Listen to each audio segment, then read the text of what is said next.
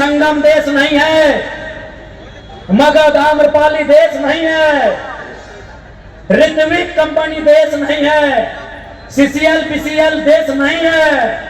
देश किसान का खेत है मुख्यमंत्री साहब।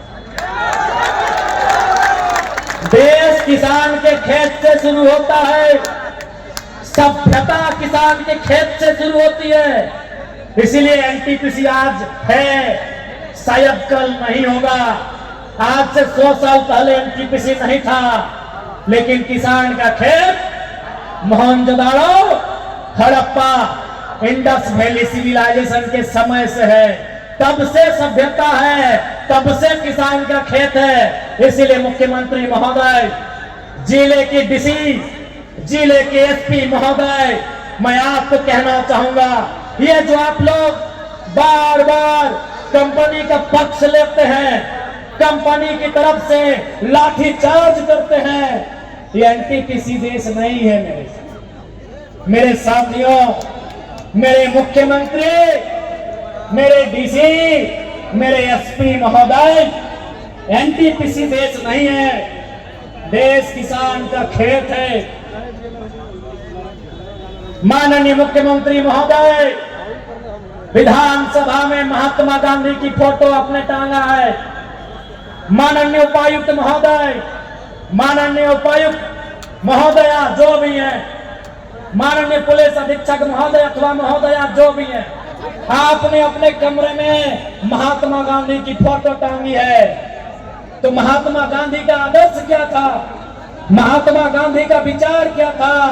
महात्मा गांधी कहते थे, भारत की आत्मा बसती है, भारत की आत्मा बसती है कहां?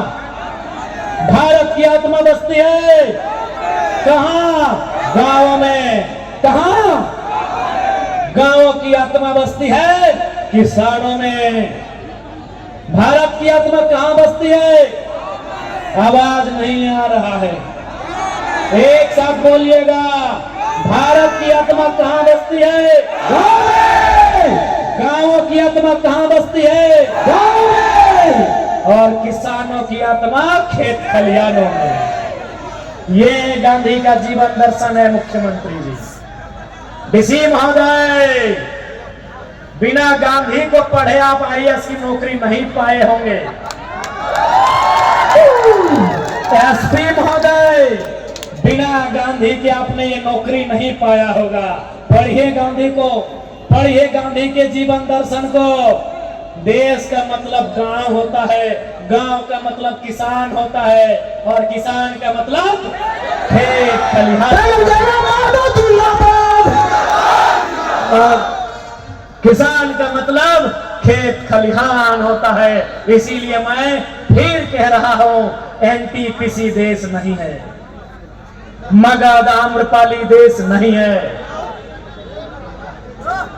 अडानी प्राइवेट लिमिटेड देश नहीं है, जिंदल देश नहीं है। देश अगर है, किसान का खेत। इसलिए अगर देश की रक्षा करनी हो, देश की रक्षा करनी हो, तो पहले किसानों की रक्षा करिए, पहले किसानों की रक्षा करिए। और यदि किसान असुरक्षित महसूस करने लगे, ये तो किसान है, भोले भाले सीधे साधे सरल है, ये गरल है, ये सरल है, ये किसान है, इसीलिए आज ये खामोश है। अगर इनको किसी ने बता दिया कि किसान तुम्हारा नाता किससे है, किसान का नाता हल से है, हल भी हथियार होता है, आगे फार होता है। अगर किसी ने इन डरे सहमे दुबके हुए किसानों को ये बता दिया, ए किसानों तुम्हारा नाता हार से है, और हार के आगे फार होता है, और फार से पेट फाड़ा जा सकता है। ए किसानों, सुबह जब आंख खुलती है तुम दतवन लाने जाते हो, और दतवन कुल्हाड़ी से तोड़ के लाते हो, कुल्हाड़ी से सर भी काटा जाता है। जब हमारे माओ को बताया जाएगा, मेरी माओ मेरी बहनों, आप धान किससे काटते हो? हसुआ से। हसुआ से गर्दन भी काटा जाता है। ये किसान है इसीलिए आज सरल है। ये किसान है इसीलिए फसल उगाना जानते हैं। जिस दिन गर्दन काटने का योजना बना लिया, कोई नहीं बचेगा, कोई नहीं बचेगा। अरे तुम तो एडीसी साहब, एएसपी साहब, दुर्गा साहब, आप नौकरी करते हैं तब आपको हथियार मिलता है। हम लोग पैदाइशी हार लेके चलते हैं, हार में ठार होता है। बड़ा बाबू, आप नौकरी करते हैं तब आपको बंदूक मिलता है, बंदूक का धार मिलता है। सर्व हम लोग पैदाइशी हार का फार लेके चलते हैं। तो इसलिए सताइए नहीं, सताइए नहीं।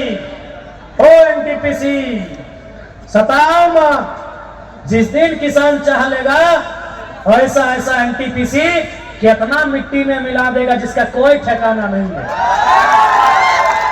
सताओ मत। मानते हैं अभी पूंजी है तुम्हारे पास, और वो पूंजी तुम विधायक का चुनाव में लड़ने के लिए देते हो, मालूम है। हे एनटीपीसी, मालूम है हमको, मालूम है तुम्हारे पास पूंजी है। पूंजी तुम मुख्यमंत्री को भी देते हो, ये भी मालूम है। नहीं तो 5,000 बकरा कहां से आता? इतना बोका झारखंडी नहीं है, इतना बोका झारखंडी नहीं है भाई। अगर कंपनी ने उनको चंदा नहीं दिया, अरे ठीक है, रोड सरकारी, लाइट सरकारी, बिजली सरकारी, खसी का मीट सरकारी नहीं था। जिंदाबाद। बांकुड़े का रसगुल्ला सरकारी नहीं था, पुरुलिया का गाजा सरकारी नहीं था, और झाला का मिठाई सरकारी नहीं था। ये सबको मालूम है। वो कड़वी सच्चाई आप जानो, मानो। वो कंपनी ने दिया है, रोड सरकार बनाई होगी। मिठाई का दाम कंपनी से, अभी अब 1 पैसा। गुरुजी भी खुश नहीं होते अगर आज होते तो। हमको मालूम है एनटीपीसी, आपका चंदा सीधे सीएम साहब के दोस्तों को जाता है, शायद उनको भी जाता होगा। हमको मालूम है आईएएस आईपीएस लोग बहुत ईमानदारी से कसम लेता है संविधान की, लेकिन बाद में उन लोग का भी घर परिवार है, मैनेज हो जाते हैं। हमको मालूम है, लेकिन याद रखिएगा, हमारे पड़ोस में एक देश है, उसका नाम है बांग्लादेश। जनता प्रधानमंत्री के घर घुस गई और एक वो खिड़की उखाड़ के ले आई एनटीसी वाली। हमारे पड़ोस में एक देश है, उसका नाम है बांग्लादेश। भूखी, सताई, लाचार, बेबस जनता प्रधानमंत्री के घर में घुस गई और एक ईंट उखाड़ के ले गई। हमारे बगल में और एक देश है पड़ोसी जो हमसे जल सीमा साझा करता है, नाम है श्रीलंका। राष्ट्रपति के घर घुस गई जनता, राष्ट्रपति के घर जनता घुस गई। ये जनता है, जिस दिन चाहेगी डीसी का ऑफिस हो, एसपी का ऑफिस हो या सीएम का ऑफिस हो, एक ईंट कबाड़ के लेगा। जिंदाबाद, जिंदाबाद।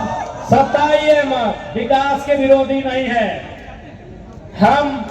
वो लोग हैं जो जमीन 1960 में दिए हैं और धरना 2025 में दे रहे हैं। हम वो लोग हैं कि जमीन 1970 में दिए हैं और आज आपके सामने हाथ फैला रहे हैं। इसलिए समय आपका है, हम ये भी मान रहे हैं, लेकिन समय बदलने में समय नहीं लगता। ये भूखी प्यासी जनता जिस दिन खड़ी हो गई, जिस दिन खड़ी हो गई, याद रखिएगा, ये किसी को नहीं पहचानने वाली। और ये भी मेरे किसानों, यह भी याद रखिएगा, महात्मा गांधी को वास्तव में हीरो किसने बनाया? क्या आप जानते हैं? नहीं जानते हैं? महात्मा गांधी को हीरो चौपारण के किसानों ने बनाया। आप नहीं जानते हैं? पढ़िए गांधी जी का चैप्टर, पढ़िए किसान राजकुमार शुक्ला का गांधी को निमंत्रण। सवाल है, what is the turning point in the life of Gandhi? आपने पढ़ा होगा, पढ़ा है कि नहीं? What is the turning point in the life of Gandhi? वह चौपारण के किसान थे जिन्होंने गांधी के जीवन को बदला था। अरे आपने सरदार पटेल का नाम सुना होगा, क्या उनका नाम सरदार पटेल था? जी नहीं, उनका नाम वल्लभ भाई पटेल था। तो ये सरदार किसने बनाया? बड़दोली के किसानों ने बनाया। ये किसान की ताकत को जान नहीं रहे हैं, ये किसान की ताकत को पहचान नहीं रहे हैं। अरे किसानों ने गांधी और सरदार बनाया, आप कौन हैं? किसानों ने गांधी और सरदार बनाया, आप कौन हैं? किसान बनाने वाले हैं। किसानों ने बनाया है, किसानों ने फसल उगाया है। जिस दिन काटने पे आ गए ना, जिस दिन बिगाड़ने पे आ गए ना, ये पुलिस, ये प्रशासन ये चुपचाप देखती रह जाएगी, ये देखती रह जाएगी। इसलिए हक, यदि पूंजी तुम्हारी है, सुनो कंपनी वालों, आपसे हमारी कोई शत्रुता नहीं है। शत्रुता आपकी नीतियों से है, आपकी गलत नीतियों से है। यदि पूंजी तुम्हारी, जमीन हमारी। यदि पूंजी तुम्हारी, जमीन हमारी, बराबर की करो अब हिस्सेदारी। तुम कहां के हो? किसानों, हम यहीं के हैं। ये खेत हमारा है, ये गांव हमारा है। टाटा फारसी है। अरे भाई, बाकी विधायक लोग मुंह चुप रखे, वो डरे तो डरे। डुमरी विधायक सीना ठोक के बोलता है, Tata is not an Indian. Tata हिंदुस्तानी नहीं है। आप जानते थे? आप जानते थे? टाटा हिंदुस्तानी नहीं है, टाटा फारसी है, फारसी है। आपने कभी टाटा का झंडा देखा है? उनकी गाड़ियों में जाके देखिएगा और लोकतांत्रिक भारत में सवाल कीजिएगा, तिरंगा क्यों नहीं है? क्योंकि उसके लिए बड़ा खोपड़ा चाहिए। एक कोयला चोरी, बालू चोरी करने वाला नेता का दिमाग वहां तक नहीं जाएगा। कभी जाके टाटा का अपना निजी झंडा देखिएगा। भैया पीएचडी कर रहे हैं, उसका काम होता है रिसर्च करना। हम लोग हर जगह रिसर्च करते हैं। कभी भी टाटा का निजी झंडा देखिएगा, आपको बता देगा वो कहाँ का है। वहाँ तिरंगा नहीं होता है मेरे भाई में, उनका अपना झंडा होता है। Because they are not Indian, नहीं है वो भारतीय। हम यहीं के हैं, हम यहाँ के इंडिजीनियस हैं। We are real Indians. लेकिन आज हमारी वैल्यू कहाँ? क्योंकि आज भले भारत का संविधान कहे कि हम समाजवाद भारत का निर्माण करते हैं, लेकिन गांव में आकर देखिए, हमने पूंजीवाद भारत बनाया है, हमने एनटीपीसी का भारत बनाया है, हमने टाटा का, हमने बिड़ला का, हमने अडानी का, हमने अंबानी का भारत बनाया है। ये कड़वी सच्चाई है। आज याद रखिएगा, अंग्रेजों के कालखंड में जब 15 अगस्त 1947 में अंग्रेज भारत को छोड़ के चले गए, आप एक रिसर्च करिए कि भारत की आबादी क्या थी। 30 करोड़ से 35 करोड़ होगी। या भी रिसर्च करिए कि भारत की गरीबी का दर क्या होगा, भारत की अशिक्षा का दर क्या होगा, भारत की बेरोजगारी का दर क्या होगा। सारे चीजों को रिसर्च करिए, आपको पता चलेगा। आज 70 साल बाद आजाद भारत में इंडिपेंडेंट इंडिया में, अपने भारत में हम अंग्रेजों से कई ज्यादा गुना बेकार हालत में आ गए हैं। गरीबी अगर अंग्रेजों के टाइम 5% थी, आज 25 के आसपास हो गई है। भूखमरी अगर अंग्रेजों के टाइम 7% होगी, आज 28% हो गई होगी। यदि शिक्षा अंग्रेजों के टाइम 2% होगा, आज वो 15% के पार कर गया होगा। तो सवाल तो बनता है कि अंग्रेज अपने नहीं थे, फिर भी इतना अच्छा था, आज क्या हुआ? आज क्या हुआ? उसका जवाब भगत सिंह के जेल डायरी में है। क्या उत्तर है? भगत सिंह ने जेल डायरी में क्या कहा है कि हम आजादी गोरों से तो ले लेंगे, हम आजादी गोरों से तो ले लेंगे, लेकिन ये आजादी चंद मुट्ठी भर भूरों के हाथ तक सीमित नहीं रहनी चाहिए। गोरे चले गए, भोरे राज कर रहे हैं, सांवले राज कर रहे हैं। काला नहीं बोलेंगे, वो रंग भेद में आ जाएगा, उसके लिए माफी नहीं बोलेंगे। सांवला तक ठीक है। भगत सिंह की वही चिंता थी कि आजादी तो हम ले लेंगे चरकालों से, अंग्रेजों से तो हम आजादी ले लेंगे, लेकिन हम क्या वो आजादी गांवों तक ले जाएंगे? क्या वो आजादी खेतों तक ले जाएंगे? क्या वो आजादी खलिहानों तक ले जाएंगे? ये सवाल था भगत सिंह का। इसीलिए आज जो हमारी दशा है, आज जो हमारी दुर्दशा है, ये अंग्रेजों से भी बदतर हो गई है। कारण यहाँ की लीडरशिप, कारण यहाँ के ब्यूरोक्रेट्स। अगर वे लोग ईमानदारी से काम करने लगे तो हमारा देश, हमारा राज्य सबसे खुशहाल होगा। इसलिए आज मैं आप सभी से आग्रह करता हूं कि अब ये नए तरीके की लड़ाई है, ये नए दौर की लड़ाई है। इस लड़ाई को लड़ने की जरूरत है, इस लड़ाई को लड़ने की जरूरत है, क्योंकि ये लड़ाई रोजी रोजगार की है, ये लड़ाई रोटी की है, ये लड़ाई पेट के भूख की है। इसलिए इस लड़ाई को लड़ना हमारा कर्तव्य बन जाता है, इस लड़ाई को लड़ना हमारा राइट बनता है, इस लड़ाई को हमें लड़ने की आवश्यकता है। और मैं पुनः कहूंगा, यह भारत देश है, यह देश गांधी को मानता है, यह देश आजाद और भगत सिंह को भी मानता है। इसलिए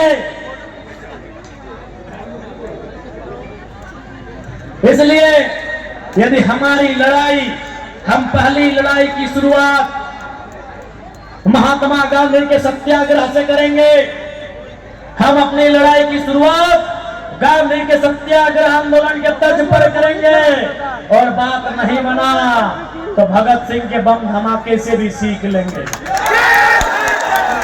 यदि बात नहीं बना तो भगत सिंह के बम के धमाके से भी हम सीख लेंगे, चूंकि ये गांधी का भी देश है, ये आजाद भगत सिंह अस्पाक खुदीराम बोस का भी देश है। इसलिए आज मैं तमाम विशेषकर नौजवानों से कहूंगा कि आज हर एक जुल्म का हिसाब लिया जाएगा, फिर से इनकलाब लिया जाएगा, फिर से इंतकाम लिया जाएगा। जब तक ना मिलेगी न्याय, तब तक इस संघर्ष को जारी रखा जाएगा।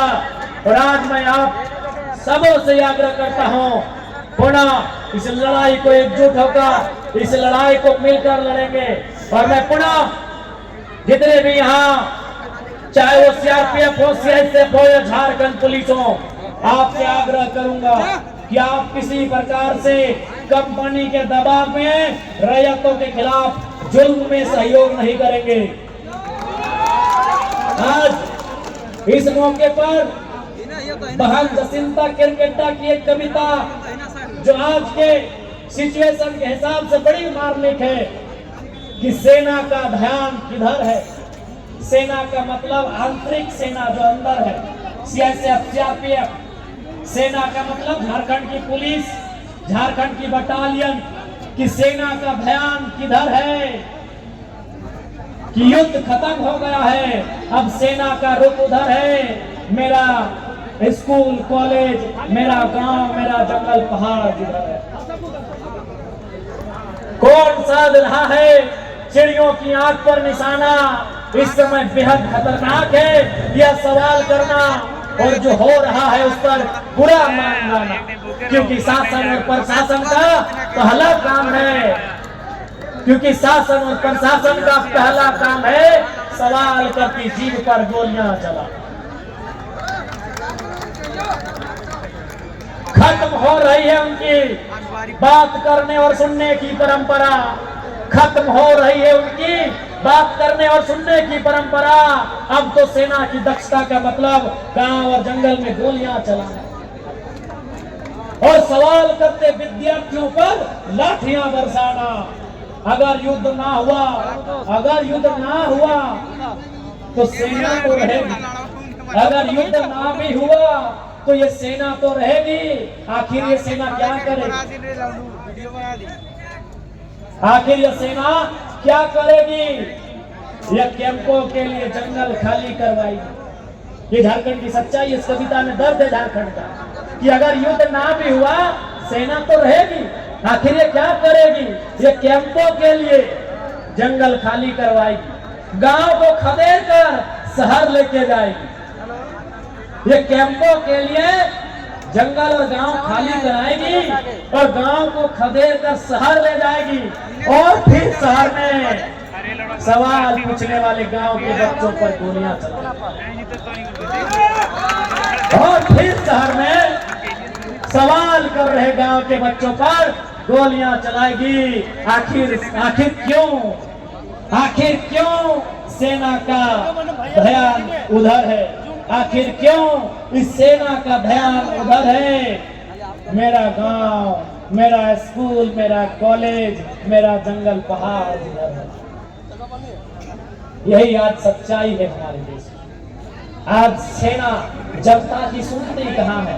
बड़ा बाबू जोहार, टोपी में बड़ा सुंदर लग रहे हैं,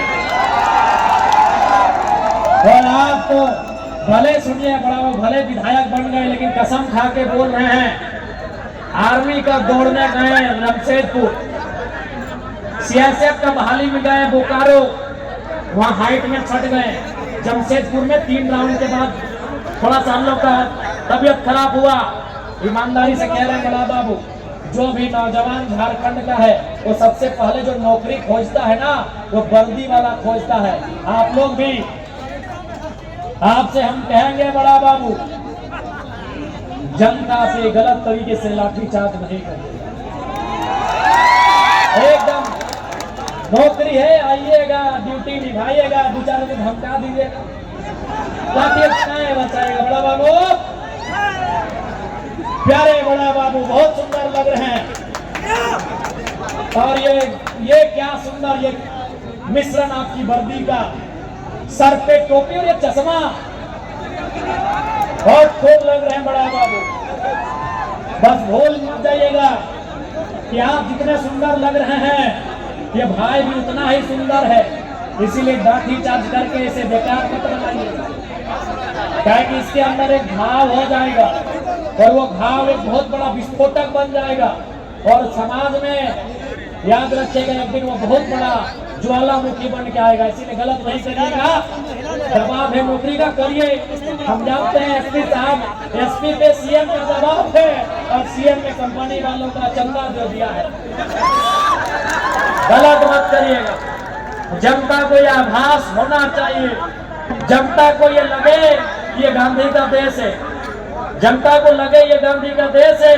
इसलिए मैं पुलिस प्रशासन के तमाम सिपाहियों से, तमाम अधिकारियों से यही कहूंगा कि आज ये क्षेत्र जो आप देख रहे हैं धरना आंदोलन, जनता की आवाज अगर गांधी के रास्ते से आ रही है, आवाज को दूर तक जाने दीजिएगा, आप अवरोध ऊपर ना करें। मैं आपको ये कहना चाहूंगा पुनः आज ये क्षेत्र सियासत के मामले में कितना आगे है, आज ये क्षेत्र डीएमटी के मामले में कितना आगे है, लेकिन यहाँ ढंग का पॉलिटेक्निक का कॉलेज हो, बीएड का कॉलेज हो, यहाँ की सुविधाएं हो, वो नजारा दिख रही है। इसलिए आज जनता को आवश्यकता है गांधी के देश में गांधी के तरीके से अपने सत्याग्रह की लड़ाई को एक बार बुलंद किया जाए, और फिर अगर काम ना बने तो भगत सिंह को याद किया जाए। ये मैं नौजवानों को संदेश दूंगा। बिल्कुल हम केवल इसलिए अंग्रेजों से गुस्सा में थे क्यों गोरे थे, अरे उससे जरा जुल्म तो ये घोरे कर रहे हैं। हम इसलिए अंग्रेजों को हमने खदेड़ा क्यों अंग्रेजी बोलते थे, अरे उससे ज्यादा जुल्म हमारे बीच हिंदी हमारी भाषा खोटा कुड़माली तथा संताली जो भी लोग हैं हमारे बीच, जो आज हमारे बीच से ही थोड़ा ऑफिसर बन गए, हमारे बीच से ही थोड़ा काबिल हो गए, वे भी कहाँ कम है। इसलिए ये लड़ाई किसानों के अधिकार के लिए है, ये लड़ाई रैतों के हक के लिए है। इस लड़ाई को बुलंद करिए। और अंत में यही कहेंगे, क्योंकि हमें यहाँ के बाद रांची जाना है, अंत में यही कहबो कि घारे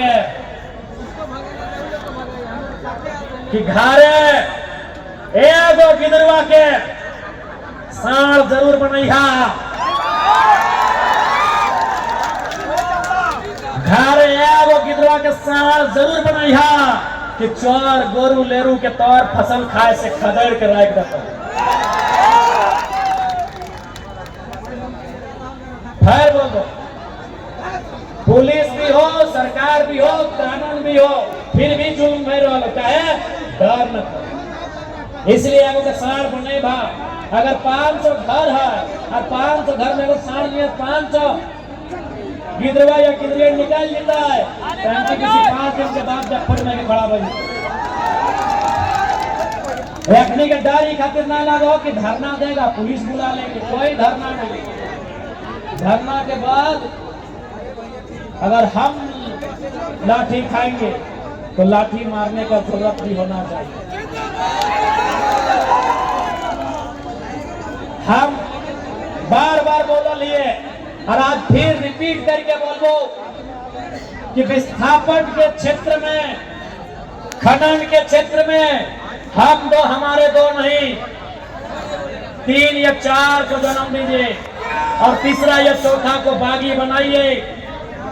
उसे इनके खिलाफ, इन कंपनी के माफियाओं के खिलाफ, हमारे रोजी रोजगार में डालना डालने वालों के खिलाफ जंग के लिए तैयार करिए।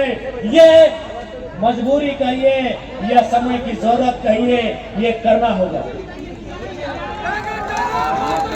क्या कीजिए, इंजीनियर बनता हूँ बेंगलोर, जो डॉक्टर बनता हूँ दिल्ली,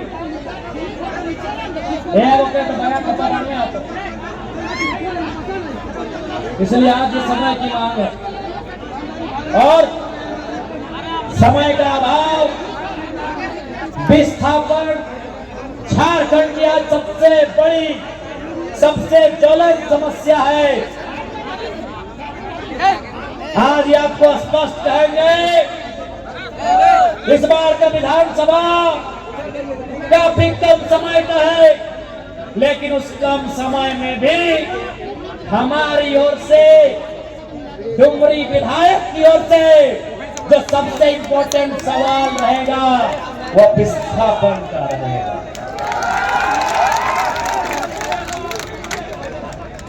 कल कुदरा का छाई डैम रहे या कोई विषय रहे, इस बार सदन में विस्थापन की गूंज से सदन मिलेगा। यह आपको हमारा वचन है। बाकी समय का अभाव है, सब इनके फैल से जितना गोट आटा ला, जूटा ला, विशेषकर माँ, मौसी, दीदी, काकी, जेठी सब तोहनी भी बहुत संख्या में आइले हा, इसलिए सबसे ज्यादा धन्यवाद तोहनी के दे हो। अब तोहनियों के बोले हो कि अब तोहनी केवल बेलन भी ना चले भा, जरूरत पड़े तो बंदूक भी चलवे हो। तो अब तोहनी केवल अब ये आपको बताना होगा कि एक स्त्री का काम केवल शर्माना नहीं होता है, समय आने पर शेरनी की तरह गुर्राना भी होता है। ये आप सभी माताओं बहनों को बताना होगा कि स्त्री का काम केवल श्रृंगार करना ही नहीं होता है। ये सभी माताओं को, सभी बहनों को बताना होगा कि स्त्री, एक महिला का काम, एक नारी का काम केवल श्रृंगार करना नहीं होता है, समय आने पर आंखों में अंगार भरना भी होता है। इसलिए आपको भी लड़ाई के लिए लड़ना होगा, चाहे एनटीपीसी के खिलाफ जाके हो या पतरातू डैम का मामला हो। आपको भी अपने पूर्वजों की लड़ाई को लड़ने की दरकार है। मैं नौजवानों को धन्यवाद दूंगा। नौजवानों, जो भीड़ किसी उन्माद की ओर बढ़ रहा है, जो भीड़ किसी नकारात्मक दिशा की ओर बढ़ रहा है, जो भीड़ ताड़ी माड़ी गोदाम की ओर बढ़ रहा है, जो भीड़ मांस मदिरा की दुकान की ओर बढ़ रहा है, रोकिए उस भीड़ को मेरे नौजवानों। जो भीड़ शराब और जुओं की अड्डों की ओर बढ़ रहा है, मेरे नौजवानों रोकिए उस भीड़ को। वो भीड़ अधिकार के लिए आगे बढ़िए, वो भीड़ एनटीपीसी, डीवीसी, छाई प्रोजेक्ट, उनके खिलाफ संघर्ष के लिए बढ़िए।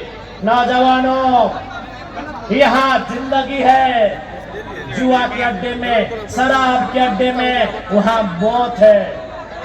नौजवानों, जो भीड़ जुआ के अड्डे की ओर बढ़ रही है, शराब की दुकान की ओर बढ़ रही है, वह भीड़ अपने हक के लिए बढ़ो मेरे नौजवानों।